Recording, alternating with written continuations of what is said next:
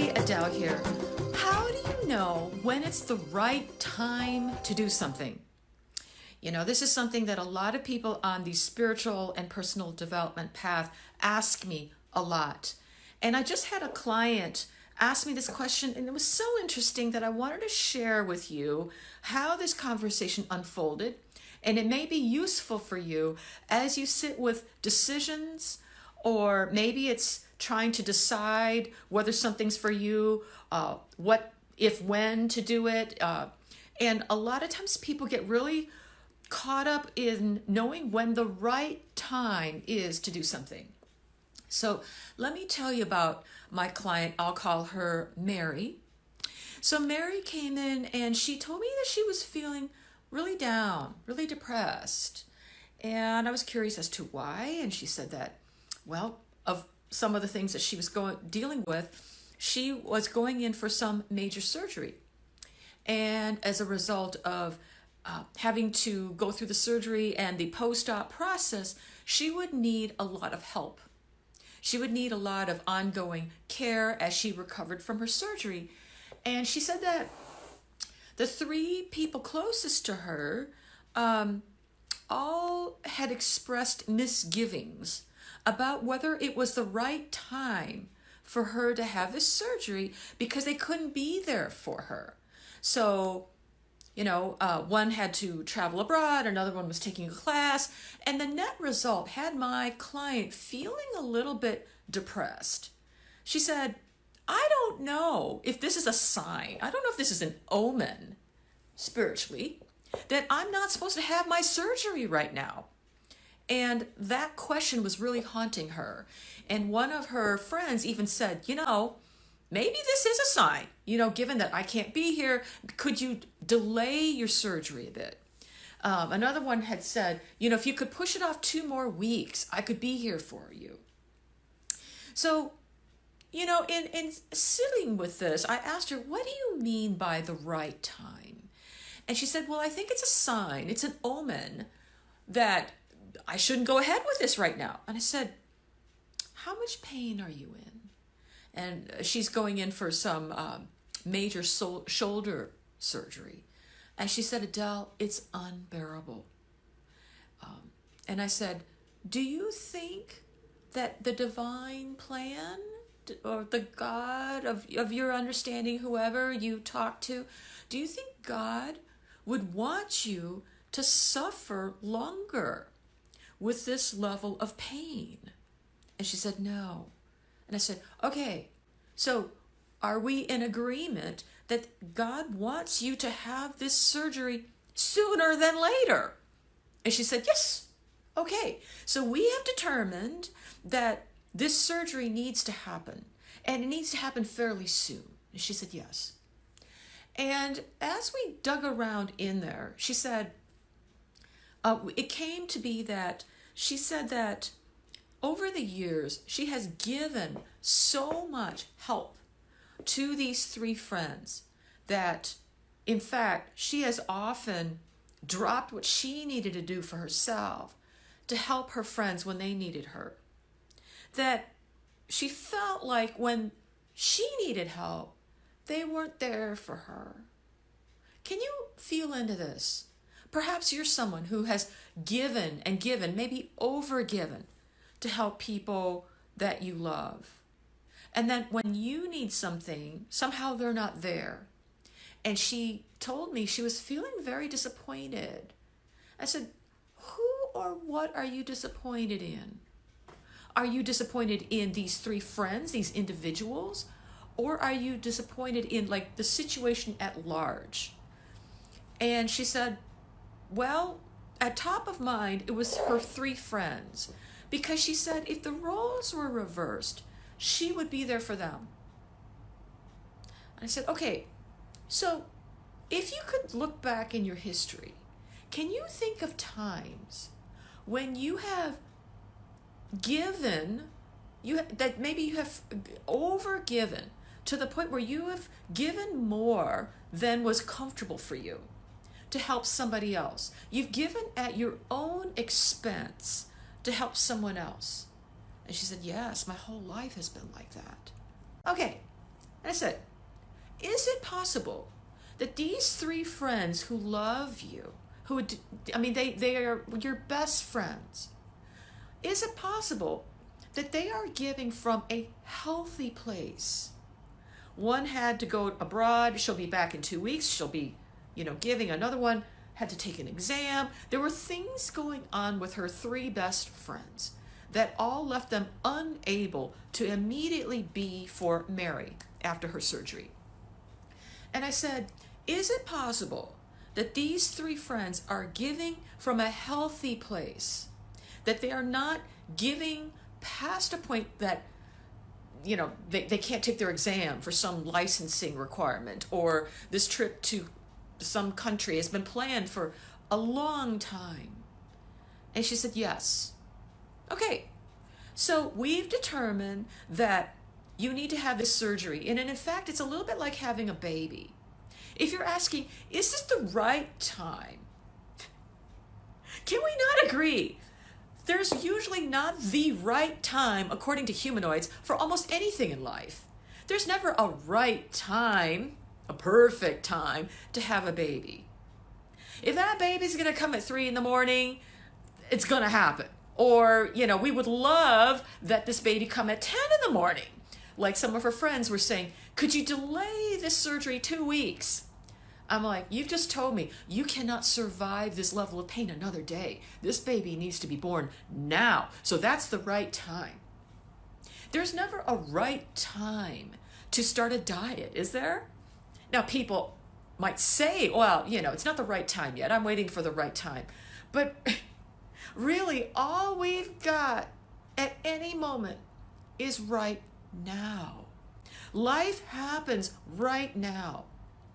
Now, there are things that are more convenient later, or, maybe we can move things around. But even that, we are limited in how much we can really move around. If the time is that this baby needs to be born right now, or that you need surgery, major surgery on your shoulder because you're in unbearable pain, just because it's not convenient for other people, doesn't mean that it's the wrong time. Right? So she was interpreting all this feedback from other people. Can you delay another week? I want to be there for you. Maybe it's an omen that you shouldn't be scheduling it right now. I said, wait, hold the phone. Just because something's not convenient doesn't mean it's not the right time. It's not convenient for this baby to be born at 4 a.m, right? Are we going to tell this baby not to be born? No, of course not. It's not convenient to start your diet and exercise today versus next week. Does it mean it's not the right time? No. There's never a right time to hire a mentor. There's never a right time to, start a business. There's always and people have this idea that life will give you a perfect time. But all we've got is the now. So I said, isn't this interesting that you have gone back in your history and you've noticed the number of times you have given and given and given to your three friends past a point of what was good for you? Are we in agreement that often you give from an unhealthy place at your own expense? And she said, yes, I've done that my whole life. Okay, so is it possible that when you do this, which is very natural, a lot of people do this, there's a giving with a sense that I'm going to build up a credit in my account, or, not tit for tat, but I'm keeping score, right? That this type of giving, although it's coming from the desire to serve, there's a little bit of an ulterior motive there, right? Either I'm going to build up this credit base so that these people don't leave me, or when I need help, maybe they're going to be there, or they're going to love me more. And she said, yes, I've done that my whole life. I know I do that. I give past what's healthy. And then I'm left disappointed. Okay, so is it possible that your three friends are showing you something? They're showing you what giving from a healthy place feels like. Have any of them said they don't care? She said, no, absolutely not. They definitely want to be there for me. Okay, so the caring is there. But notice that they are not harming themselves by wanting to give, because guess what? They've all offered to give to you, right? She said, yes. But they can't be there that day, right? Your recovery is, she said, it's going to be 6 weeks where I'm laid up. Oh, well, tell me what's on the docket. She said, well, so-and-so is coming by on this day, and then this person's going to bring me food. And this, wonderful. So you are able to receive the giving that people are giving you from a healthy place. Maybe you just feel a little disappointed because by now you've developed this credit balance with your friends after years and years of unhealthy giving, that maybe there's a subconscious belief that, gosh, I would really need to call in some debts now and have you with me. And they're not able to do that. Does that mean they've abandoned you? She said, no. And I said, great. So if we're trying to figure out whether this is the perfect time, and your friends are saying, well, can you delay your surgery 2 weeks? They're doing it because it's more convenient for them. But convenience does not mean that it's the right time. It just means it's less convenient. This baby needs to come out now. She said, yes. Okay. So then the question becomes, how can we keep you supported from day one of your surgery? And she said, well, my sister will be there. And actually, this time with my sister might be really good for our relationship, right? That we've never had this time before. I'm horrible at receiving. My whole life has been about giving, and now I'm going to be laid up, and I have to accept help. Perfect time. And I can't wait another day or week because this pain is unbearable. Perfect time.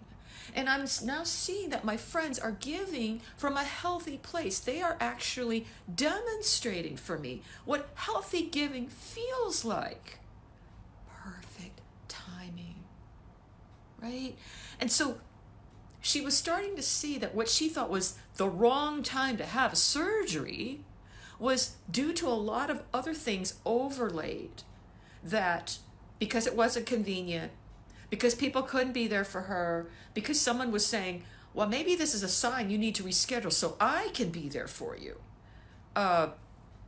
Dig a little bit deeper. This is the perfect setup. Because number one, you're going to have to receive, which you're not very good at. You just spend time with your sister. It's inconvenient and you're going to do it anyway because you're giving birth at 3 a.m.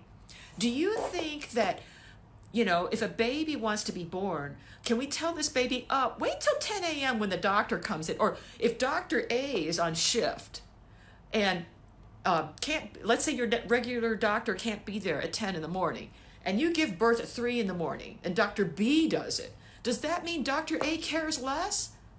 No. Life is full of inconvenient opportunities. That doesn't mean it's the wrong time. Humans are notorious for our ego taking over and assuming what things mean. And once Mary had a wider perspective of how she was interpreting events, her depression lifted. She said, oh my God, I feel so much better, because she was spiraling down into this horrible place. Can you relate when you feel like there's nobody there for you? You counted on someone and they weren't there. I said, wait, hold the phone. Did they really abandon you? You're just allowing Dr. B to be a midwife, your sister, instead of Dr. A, and learning how to receive in a different way. It's perfect. Perfect for someone who's the chronic overgiver, who's very uncomfortable with receiving help. And I said, do you really want these people to reschedule their licensing exam? And she admitted, no, she really didn't. But there was a part of her that thought, well, they should, because she would have. I said, yes, because you would have delayed your entire professional licensure. That's giving past a healthy point to help somebody else. It's not healthy. And you're now seeing what healthy giving feels like. Yeah? She said, yeah.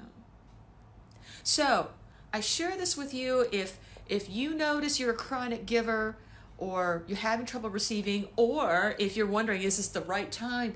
There's never the perfect time for anything. There's only the now. And just notice if your ego goes into these weird gymnastics of telling you it's not the right time. Just be curious whether that's really true. Okay? There's usually some sort of egoic, it sounds more elevated, but it's truly more something of the ego. It just sounds a little bit better to say, I'm being given a sign that it's not the right time for something I really want. Okay? So share this with your friends. If you find this resonating for you, I'll be putting out more posts like this. If you'd like to have a conversation with me around what's going on in your world, these are the types of conversations I have with clients that can move things so much faster so you can be on your way to creating a life that matters for yourself, on purpose, and sharing your gifts with the world. Okay? Till next time. Thanks.